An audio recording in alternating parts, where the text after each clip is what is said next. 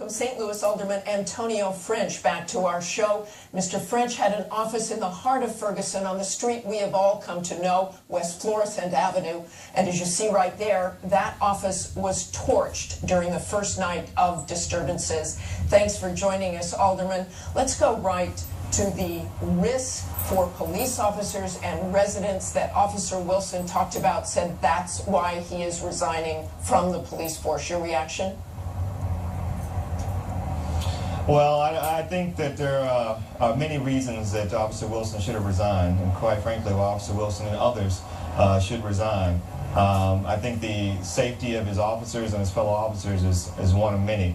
But I do think it was impossible for him to return to the force. But I think there are many more resignations that need to happen in order for this community to begin healing. And what kind of resignations? Who do you think should resign? Well, I think the Ferguson police chief. I think it's impossible for this community to move forward with him still in that role. I think at the St. Louis County Police Department level, there still needs to be some people that answers for how the police responded to peaceful protests in August, which really escalated the situation. Frankly, the thing we haven't seen is a lot of government accountability. Not many people have taken responsibility for what's happened, and people are still waiting for answers and change. Did you believe Officer Wilson's testimony? No. I found Officer Wilson to be remorseless, cold, and frankly, a lot of his answers sounded like they were prepared by a lawyer.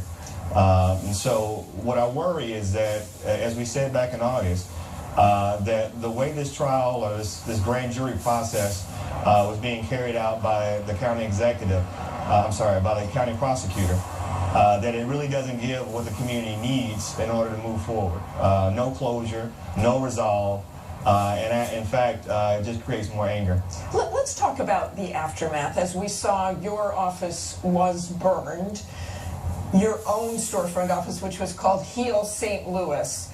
Do you think there could have been a better response? Let's listen to Captain Ron Johnson from the Missouri State Highway Patrol. If any of us knew last night was going to be what it was, if we had a crystal ball, we'd have probably done something different, but we could have never imagined that. Is that right? Could they never have imagined that?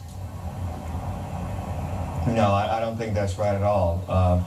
We've been talking for weeks about this, and that, we really had a powder keg here. And so for the county prosecutor to decide to release the grand jury announcement at nighttime, for the governor to preemptively call a state of emergency and call in the National Guard, yet no one deploy them to West Florissant or other areas that have been hit repeatedly by violence, it really showed a failure to grasp the situation and to handle it on the part of government. And so the fires that we saw, the violence that we saw, was unfortunate. It is, it really hurts our hearts. We've gone through a tough week here, but we knew that a lot of people were very angry, and we knew a lot of people were coming from other places. So we should have been better prepared for this.